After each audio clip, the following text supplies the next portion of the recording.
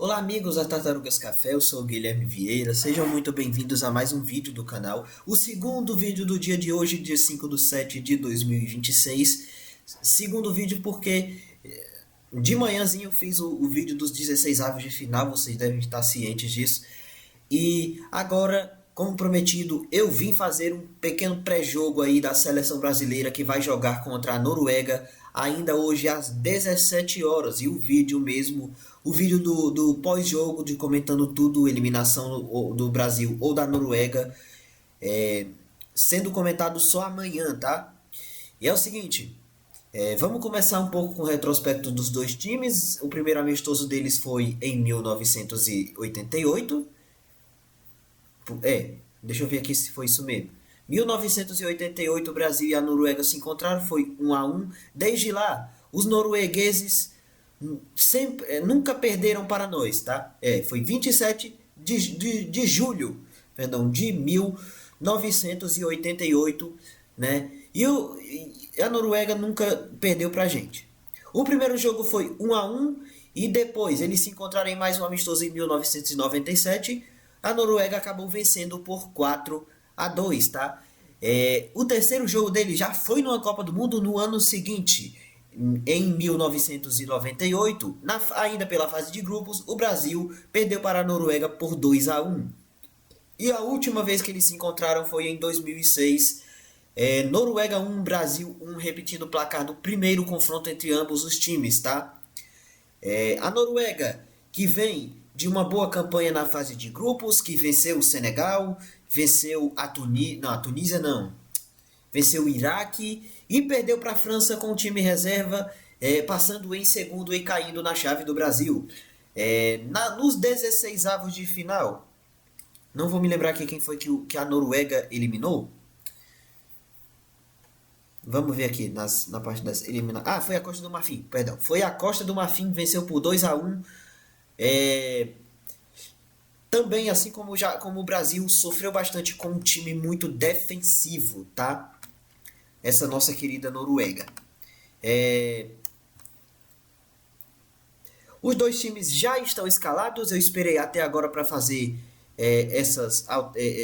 fazer o pré-jogo por causa das escalações. E a Noruega vem com seu time titular, o time mais poderoso, que são o goleiro é o número 1, Nyland, né? Na defesa de zaga nós temos o Heggen e o Ajer, né?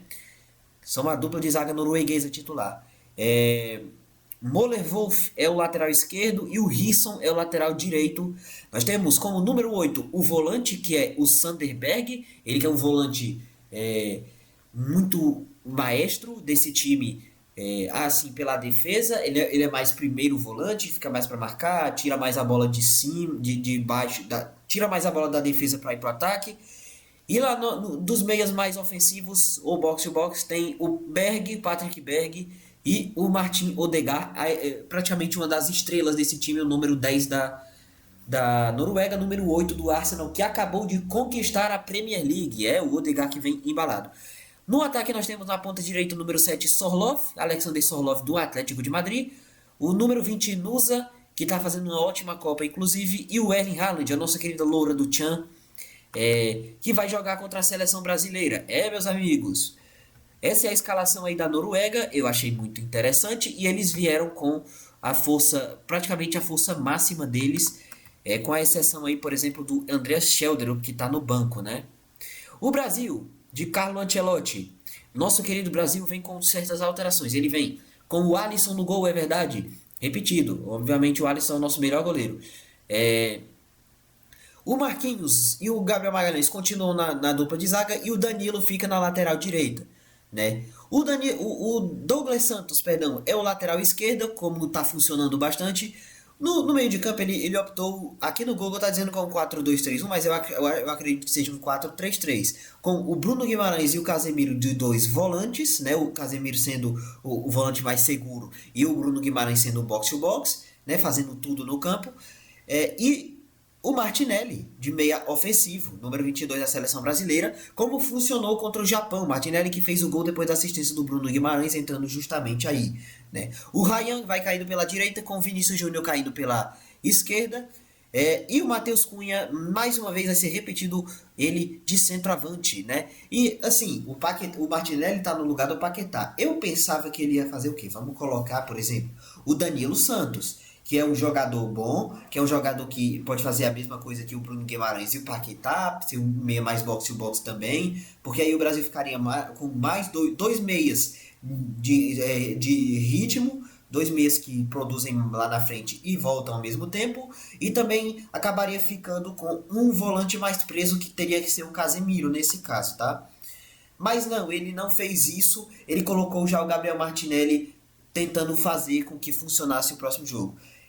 Placares eu já arrisquei um 3-2 aqui para a seleção brasileira, mas a gente precisa quebrar esse tabu, né? A Noruega, que vem um time muito forte, vem numa geração é, maravilhosa. O Haaland, o Erling Haaland, jogando muito, fazendo uma ótima temporada ali pelo Manchester City, não conseguiu vencer a Premier League, é verdade, mas ganhou na despedida do Guardiola, ganhou a FA Cup e a Copa da Liga inglesa, né? Ambos ali títulos menos importantes, digamos assim, mas ainda são títulos, né?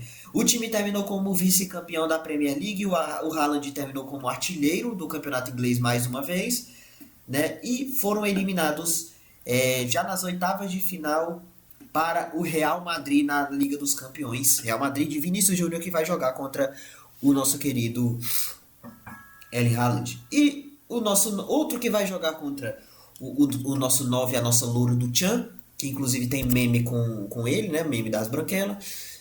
É o Gabriel Magalhães, e ambos têm uma certa rivalidade no campo. O Gabriel Magalhães é um cara que dá muito trabalho pro Haaland, eles se encontram muito no campo, já chegaram a discutir, brigar e tudo. E Manchester City e Arsenal tem crescido uma disputa muito boa entre eles, né? E só para incrementar um pouco mais a rivalidade, colocando disputando ponto a ponto com os títulos e tudo, com ambos os jogadores sendo essenciais para cada conquista, né, dos times. É isso aí, meus amigos. Nós temos uma seleção brasileira que chegou na Copa terrivelmente desacreditada e foi melhorando com o tempo. É verdade que sofreu um absurdo ali contra o Japão, né? Mas algumas alterações que aconteceram ou por acaso, ou que o Ancelotti fez, insistências e tudo, deram certo até aqui, e o time começou a melhorar, e com também alguma piora dos outros times, a seleção brasileira volta um pouco mais acreditada, um pouco mais confiante, na verdade, de chegar muito mais longe e até de ser campeã, quem sabe, né? É uma seleção brasileira que precisa muito de se provar, precisa dar uma resposta urgentemente para a torcida. É um projeto brasileiro que precisa se remodelar há muito tempo, e talvez vencer a Copa do Mundo, depois dessa crise de identidade, possa dar um norte para a seleção brasileira, um norte maior. Mas eu acredito que talvez não vá acontecer, porque o Brasil vai parar talvez ou na semi ou na final, depende se for Colômbia e Argentina. Eu acho que é mais difícil a gente parar é mais fácil a gente parar para a Colômbia do que para a Argentina. A Colômbia é um time muito forte, é um time muito difícil de bater hoje em dia, time sólido, encaixado, e pode eliminar a Argentina que tem sofrido bastante aí nessa Copa do Mundo. Mas a seleção brasileira ainda vê o seu retorno ao topo à frente, tá? Ela ainda consegue vislumbrar o seu próprio retorno, tá? É isso aí, meus amigos. Muito obrigado a você que assistiu. Até a próxima. Até o jogo, né? E até amanhã. Muito obrigado. Bom jogo pra vocês. Eu vou ficando por aqui.